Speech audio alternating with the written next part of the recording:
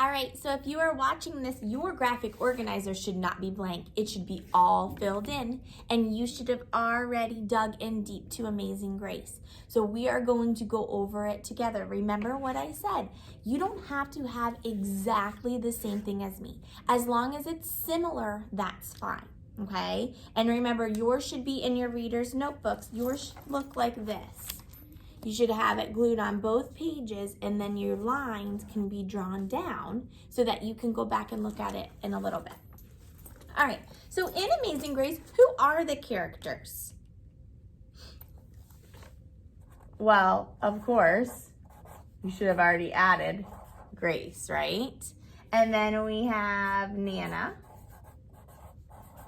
and her what? Ma. Okay, now those are similar ones, right? So right now, if you have your yellow highlighter, you could be highlighting those on both of your graphic organizers. Remember how we did that with Miss Nelson is Missing? Okay, so then let's talk about, were there any other characters? Yeah. There were two characters that kind of made Grace not feel very good. Do you remember their names? Raj and who? Natalie? Do we agree those are most of the main characters in the story? Right. So you should have all of these. It can be in a different order. That doesn't matter. All right. Remember though, you are highlighting things that are the same. Now we'll talk about it, but I'm not highlighting it with you. You're doing this part on your own. Okay. But it should be similar to when we did Miss Nelson's Missing and Miss Nelson Had a Field Day. All right, what about this setting? Where does the story take place? Well, in Boundless Grace, it was America, where she lived, right? And then she went to visit her father in where? Africa. So we could do a really big picture just because it's the same, something that's the same. They were both in America. But where else did it happen? Where else did the story take place? The school, right? Would you agree? Her school? And maybe just her house.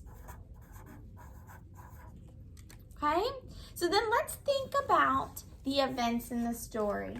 What was the most important event in the beginning? What do you think? At the very, very beginning, it just kind of talked all about how she liked books, right? But then, once we learned a little bit more about Grace and her love for stories and her great imagination, the story changed the settings, and it was at what? It was at school. She was at school, and she learned that they were going to what? Put on the play Peter Pan. And what part did Grace want?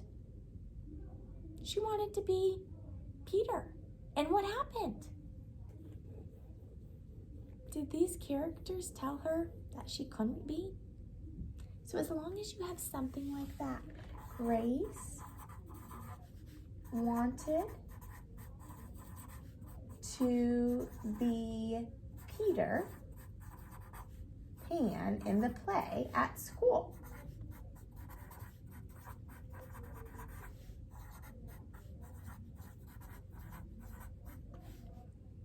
We'll include the names because that's important. Raj and Natalie told her she couldn't be. Right? Because she was a girl.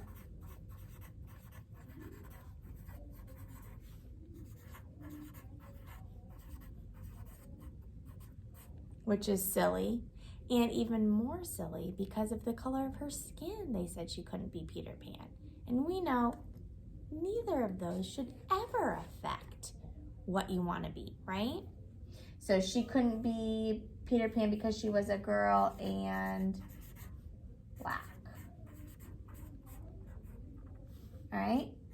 What about in the middle of this story? What happened?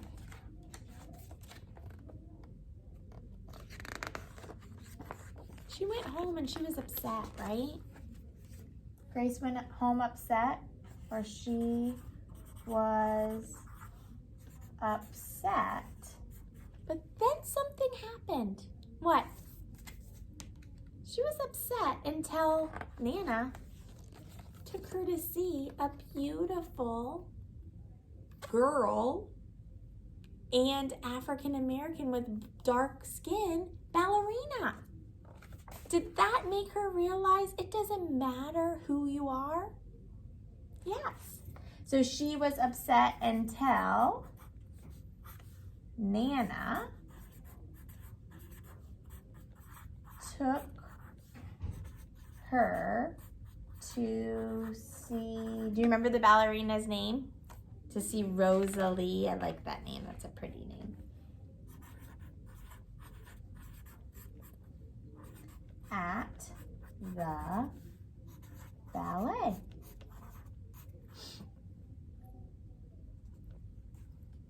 Okay, I'm gonna scoot it just a little bit. Can you see okay? There we go. Okay, I'm gonna move it down just a little bit. Scoot this back just a little bit. So then what happens at the end of the story? Hello, I dropped you. Sorry. Oh, goodness. Sorry about that. Are you okay? All right, so then what happens at the end? Grace gets the part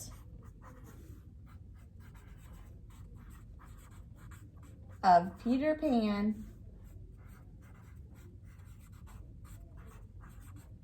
and how does she do in the play? She does amazing and is great at it, right? It is amazing.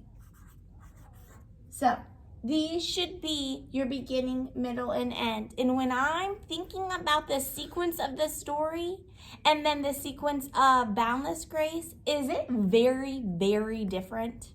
So you have a lot of options for differences, okay? We talked about some things that are the same.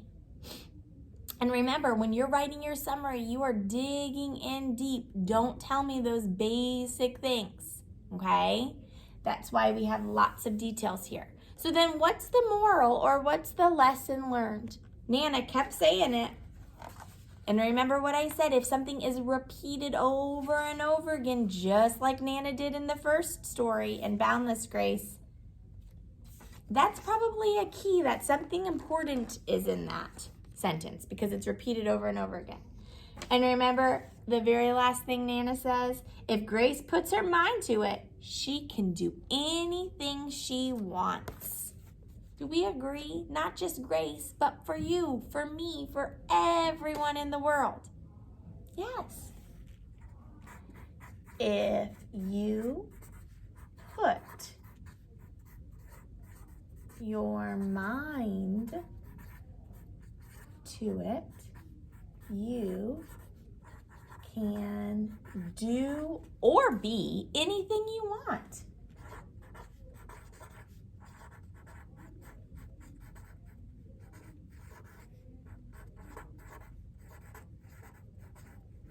And that it doesn't matter if you're tall or short or a boy or a girl or what color skin you have. That doesn't matter at all. What matters is that you believe in yourself, just like Grace did, and you don't listen to the silly things people say, and you can do and be anything you want. All right, so yours should look similar to mine, your graphic organizer. Now here is the thing I want you to make sure you are doing now.